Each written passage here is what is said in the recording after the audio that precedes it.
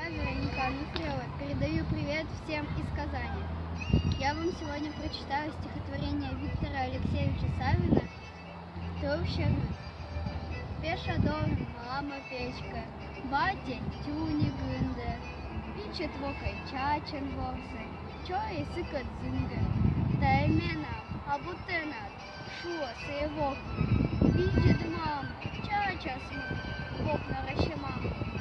Мы с Андором тематыны, ночь книганы лудя, зырка садами природа, опта мы лудя, ты наша сарта скуса, вылечь полопешна, чо я вока пиняш, джика дёрнешь нас. Пешат, губач вылунок жит мама, ну кадрыты мой, шо не тормиса кикуза, хоть качура ойдет.